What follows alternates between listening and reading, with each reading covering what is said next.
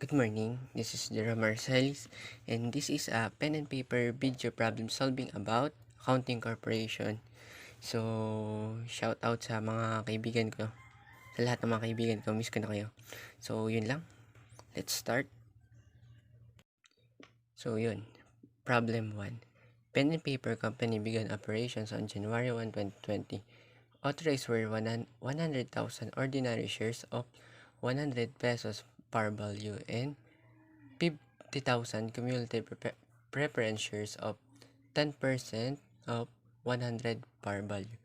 The following transactions involving shareholders' equity occurred during the first year of operations. So, yun. January 1, first transaction. January 1, issued 10,000 ordinary shares to the promoters in exchange for land valued at 2,500,000 and a services valued at 500 pesos. The property had cost the promoters 1,800,000 for 3 years before and was carried on the promoter's book at 1,500,000. So, game. January 1,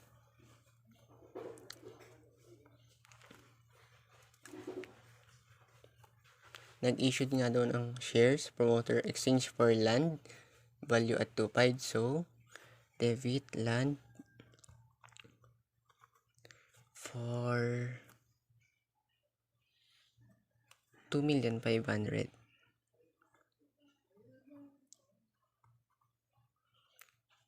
Yan. And then, yung service valued at 500,000 na tinatawag ding organization expense in amount 500,000. Then, dahil nga nag-issued ng ordinary shares, so debit ordinary shares. Ordinary shares for 10,000. So, dahil 10,000 yung ordinary shares at ang mga shares ay measure lagi at sa par value. So, 10,000 times 100 par value is equals to 1 million. So, mapapansin nyo hindi siya balance. So, gagamit tayo ng account title na share premium ordinary. Dahil ordinary nga yung sinabi sa January 1. So, share premium ordinary ang gagamitin nating account title.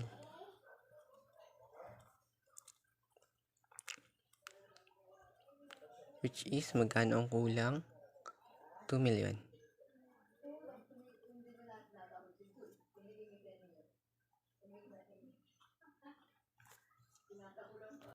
So next, on February 20, issued 15,000 preference shares for 120 per share. The entity paid 50,000 to an agent for selling the shares. So, February 20. So, nag-issue nga ng 50,000 preference shares. So, makakatanggap tayo ng cash for 15,000. Pero dahil nga ang shares lagi ay measure sa par value per share, so yung 15,000 i-multiply natin sa 120, which is 1,750,000.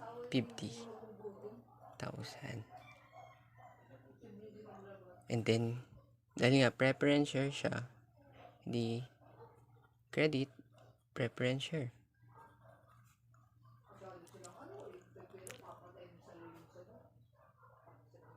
Dahil nga ang shares, ulitin ko, measure lagi sa par value na 100. So, yung 15,000 tatimes naman sa 100. So, answer is 1.5.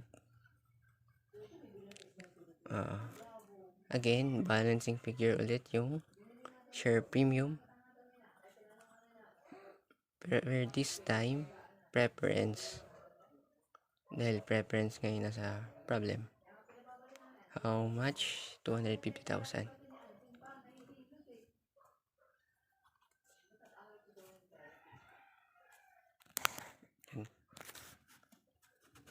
Yun next, March 10. So, sa March 10, sold 25,000 ordinary shares for 260 per share. Issued cost amounted to 200,000. So, again, nag-issue naman share.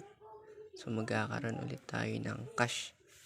March 10. So, debit cash.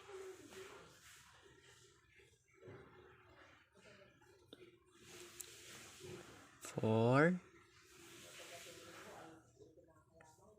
25,000. So, hindi pa dyan nagtatapos dahil nga yung 25,000 ordinary share ay measure for share for 260. So, 25,000 times 260 is 180,000. So, para makuha nga yung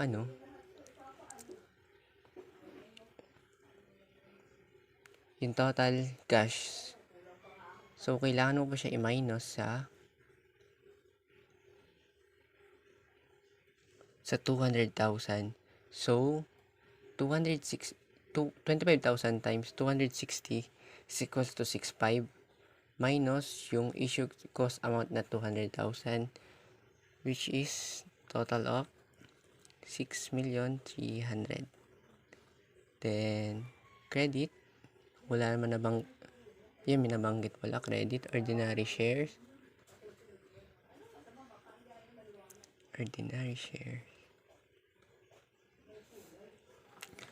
na 25,000.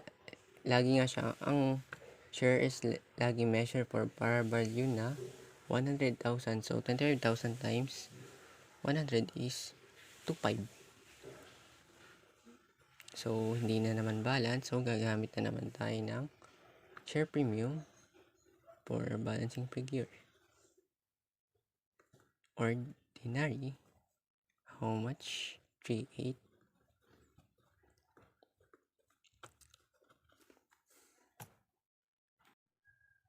So, yun. April 1 naman. April 1, sold 20,000 ordinary shares under share subscriptions at 350 per share. No share certificates are issued until a subscription contract in a paid full. No cash was received. So, may bago tayong word na subscription. So, pag sinabing subscription, sumali ka sa isang corporations, kaso hindi mo pa nababayaran siya ng kumpleto. Pero, babayaran mo rin siya ng kumpleto at the right time. So, game, April 1. April 1. Debit, subscribe, receivable. Dahil nga, hindi pa kumpleto yung bayad niya. Receivable. For 20,000, which is multiply mo pa siya per share na 350. Answer is 7 million. Then, credit. Dahil nga subscribe siya, pero ordinary share. So, ang bagong account title is subscribe ordinary shares.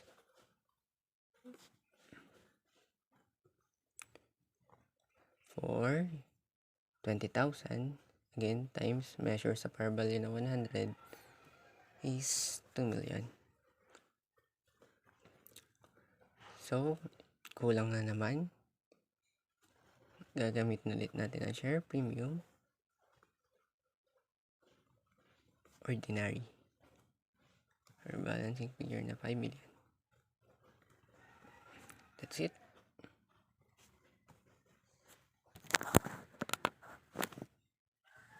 So, yun. In April 8 naman, reacquire 500 ordinary shares at 300 per share. So, may bagong word na reacquire. So, yung reacquire is Diyan papasok yung treasury shares. Kumbaga, yan yung tinatawag na binayback. So, may bago tayong account title. April 8.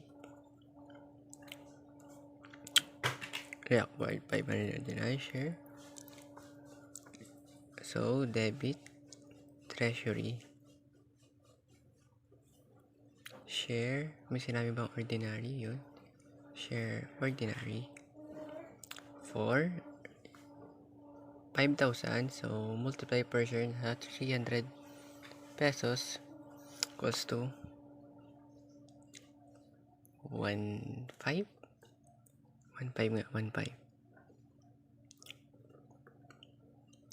And debit, cash. For 1.5 din.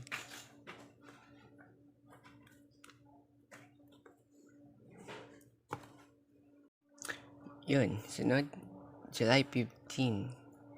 July 15 exchange 12,000 ordinary shares and 20,000 preference shares for a building with a fair value of 7 million. The building was originally purchased for 6.5 by the owner and has a carrying amount of 4.8. In addition, 10,000 ordinary shares were sold for 3 million cash on same date. So, may dalawang transaction dito sa July 15.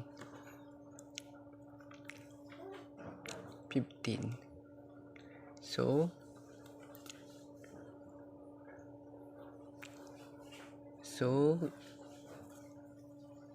exchange 12,000 donation for 20,000 preference for a building. So, debit, building na 7 million dahil nga measure at per market value.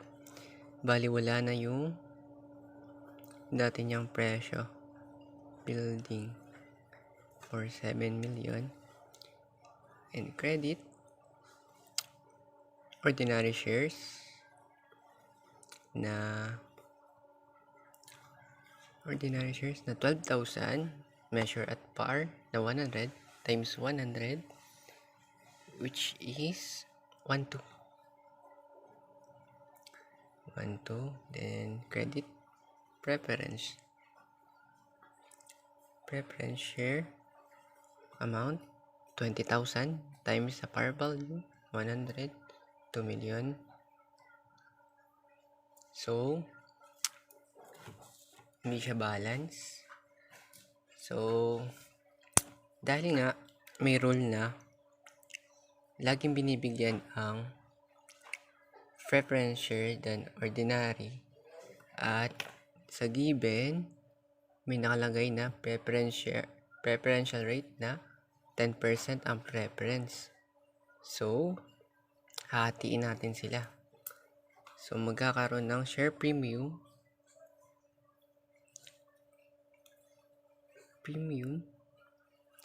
preference and share premium ordinary. So, ang amount na natitira is 3,800,000. So, sa preference nga daw ay may 10% na preferential rate. So, 3.8 times 10%, which is 380,000. And then, yung rule nga daw, ang matitira lagi ay kay ordinary, which is 3,420,000. And, nakalagay doon, in addition, 10,000 ordinary shares were sold for 3 million cash on same date. So, debit cash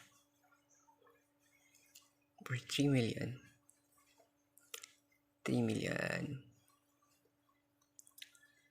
And then, debit ordinary share.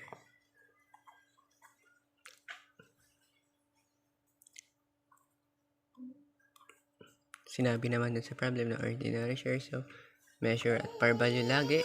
10,000 times 100 is 1 million. And then, hindi balance. Gagamit ulit ng share premium. Ordinary. How much? 2 million. Yep. That's it. Next, July 20. On July 20, declare 2 pesos per share cash dividends payable on September 20. So, noong July 20, nag-declare ng magbibigay ng dividends. 20. So, bago na naman ang account title sa pagbibigay ng cash dividends, which is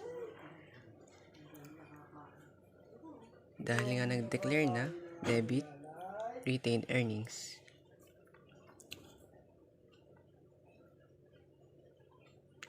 And credit cash dividends payable dahil nga cash yung ibibigay. So, debit ay credit dahil hindi mo pa siya nabibigay.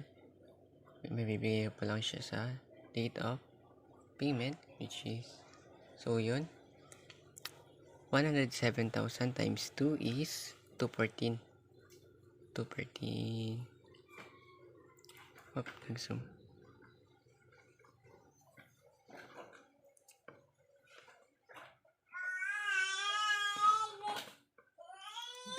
And then credit sa cash dividends payable na 214. The next, on August 1, receive payments in full for half of the share subscription and partial payments on the rest of subscriptions. Total cash received was 4.5. Share certificates were issued for subscription paid in full. So, no August 1, nag-subscribe na naman.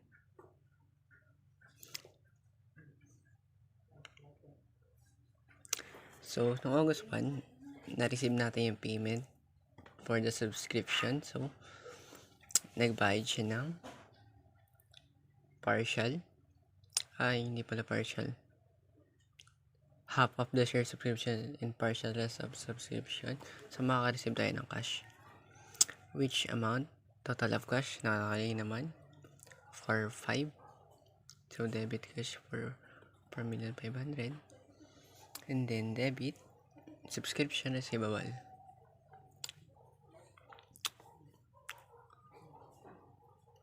Na 4.5 din.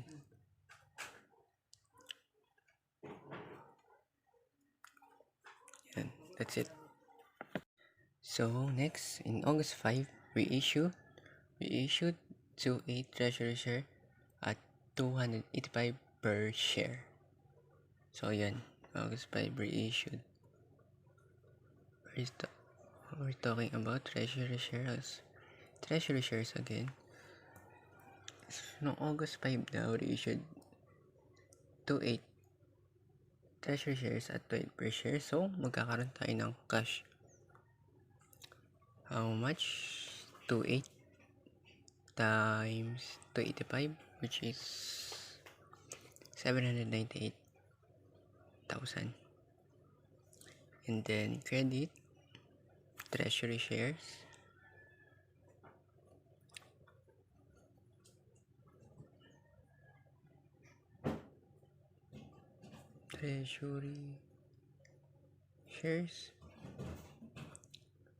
how much?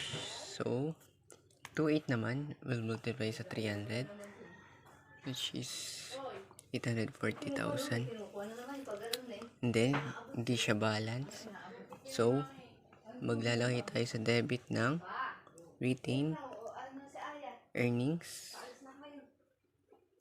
for balancing figure dahil nga treasury shares ang pinag-uusapan natin. So, hindi tayo gagamit ngayon ng share premium na 42,000.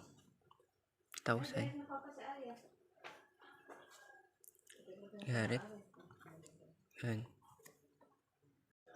And on September 20, paid the cash dividends na nangyari. Binayaran daw yung cash dividends noong July 20. So, yun. September 20. Dahil nga binayaran na, so, ibig sabihin, ito yung date of payment. Iti-debit mo na yung cash dividends payable na dating credit kasi nabigay mo na. So, credit cash dividends payable for amount same, 214,000. And then, credit cash. Dahil nawalan tayo ng cash. Dahil nga cash yung binigay natin na dividendo. Yan. October 10. Receive a mobile equipment with a fair value of 500,000 as a donation from the shareholder. So, may bago na naman tayong word. Is donation. So, October 10. October 10. Naka-receive daw ng mobile equipment. Measure at fair value na 500,000. So, debit equipment or mobile equipment or 500,000. And then, dahil donate nga daw siya, we're going to use donation capital. Donated capital as credit for 500,000 also. So, next, November 8. Meron sa November 8, declare a 2-4 to 5 share split for ordinary shares.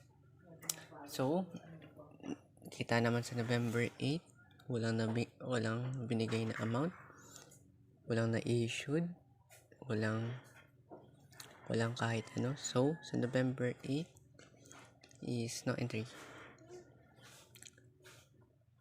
But, a memo entry, which is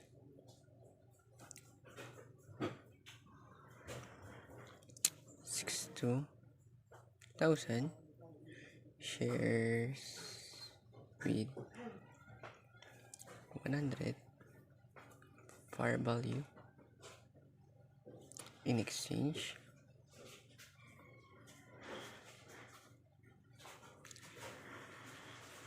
for 2 to 5 split of 150,000 shares with 40 par value shares. That's it. Memo entry lang. Next, on November 15, declare a 20% share dividends on ordinary share payable on December 15. So, nag-declare ng share dividends noong November 15. 15, so debit retained earnings, and then matic credit stock dahil nga share, stock dividends payable,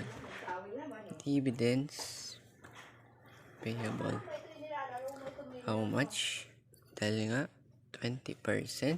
So yung 74,200 is multiply mo sa 20%, which is 14,840.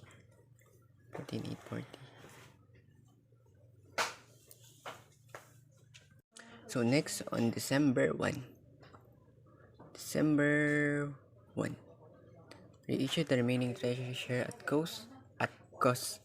So related siya dun sa kaninang treasury share na nga ba yun, August 5 nga ba? August 5, tama. So, magkakaroon tayo ng cash dahil nga ni-reissue. And then, debit treasury share.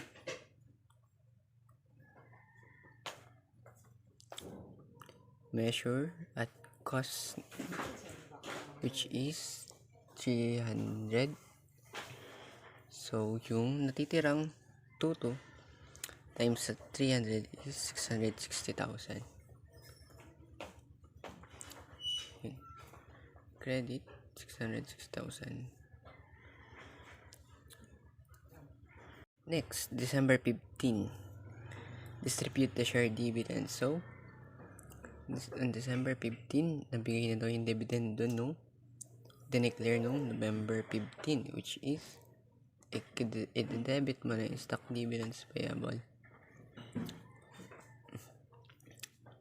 Payable na 14,840.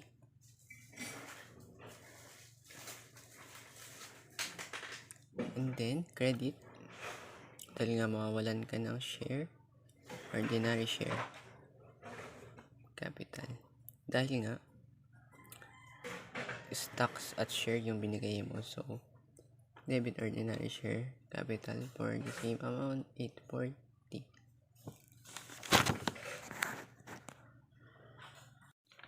Yun, December 31 for the last entry. 31. Anyari, net income for first year of operation was 5 million. So, ang net income daw is 5 million. So, debit income summary for 5 million. And then, credit retained earnings with 5 million with the same amount. That's it. Proceed tayo sa requirement number 2. So yun, requirement number 2 naman tayo. Gagawa tayo ng statement of financial position para sa pen and paper company para malaman natin total shareholders equity. So una na dyan yung preference share. Paano natin nakuha yung 3.5, which is galing siya sa journal entry na ginawa natin kanina. Nandun siya sa preference share na 1.5. Yun. And then, preference share dito na 2 million. Came up sa 3.5. Then, so on and so forth. Ganon din yung ginawa natin sa share premium preference. Pinag-add lang natin lahat ng share premium preference, which is 2,937,500. Ordinary shares in issued and outstanding, total of 10,196,000. And then share premium ordinary, total 12,412,500,000. Then share premium, and then subscribed ordinary share for 1 million, total of 1 million. And then less subscription receivable, ang total ay 2.5. So add less siya sa 1.5. So all in, ang total share capital is 27,546,000. Then add sa retained earnings, ang total ay 3,248,000 with the total shareholders equity with 30,794,000. Yeah.